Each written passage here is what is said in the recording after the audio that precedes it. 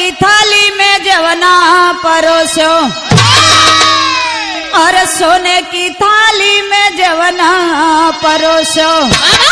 और जवना ना जेवा गिरल बाबा बुरा झाम से, गिरल बाबा बुरा झाम से, गाठिया परल बपियावा बोल नाई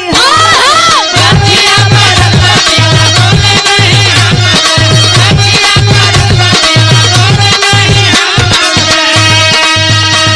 और गाठिया परल बपियावा बोल नाई हम से, बोल को जो कर पियावा या पदे कर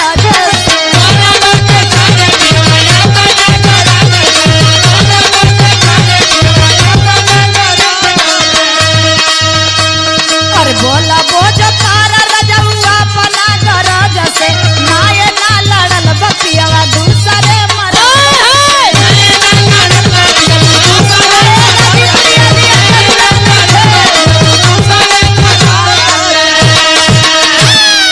अरे झाझर गेड़ुआ गंगा जल पानी,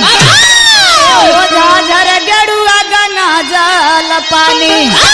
अरे गेड़ुआ ना घोटा गिरल बाबा बुरा झाम से, गिरल बाबा बुरा झाम से, गाठिया परल बरजऊ बोल नाई गाठिया परल बपियावा बोल नहीं गाठिया परल बपियावा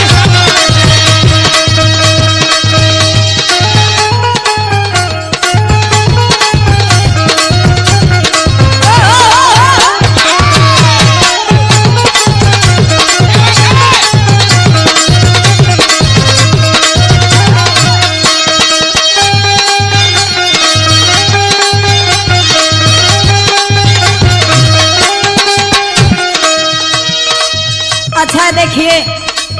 ये बहुत बहुत रुपए से सम्मानित किया गया हमारे उमेश गाजीपुरिया, ये 500 सम्मानित हमको और 100 रुपए से सम्मानित हमारे कलाकार साथियन के बहुत बहुत प्रणाम बा, आशीर्वाद के चाहत बा,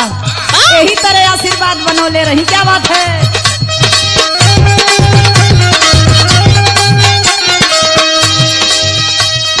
गाठिया परल बपियावा बोल नाई हम से, बोल बोझ कर रजौआ पना गरज से,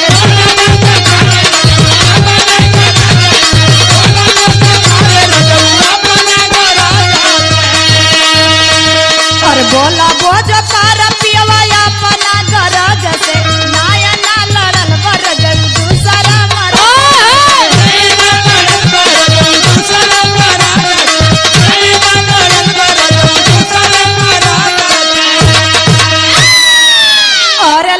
इलायची कबीरा जरायो काये अमित भैया, सूरज क्या बात है। अरे लागा इलायची कबीरा जरायो, अरे बीरावा ना कूचा गिरल बाबा बुरा झाम से, गिरल बाबा बुरा झाम से, गाठिया परल बपियावा बोल नाई गाठिया परल बपियावा बोल नहीं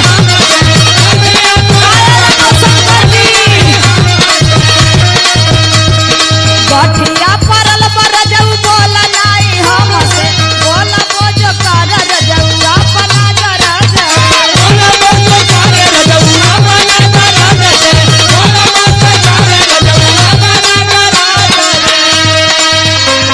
और बोला बोझ कर पियावा पना गरज से, नाय ना लड़ल बरजऊ दूसरा मरल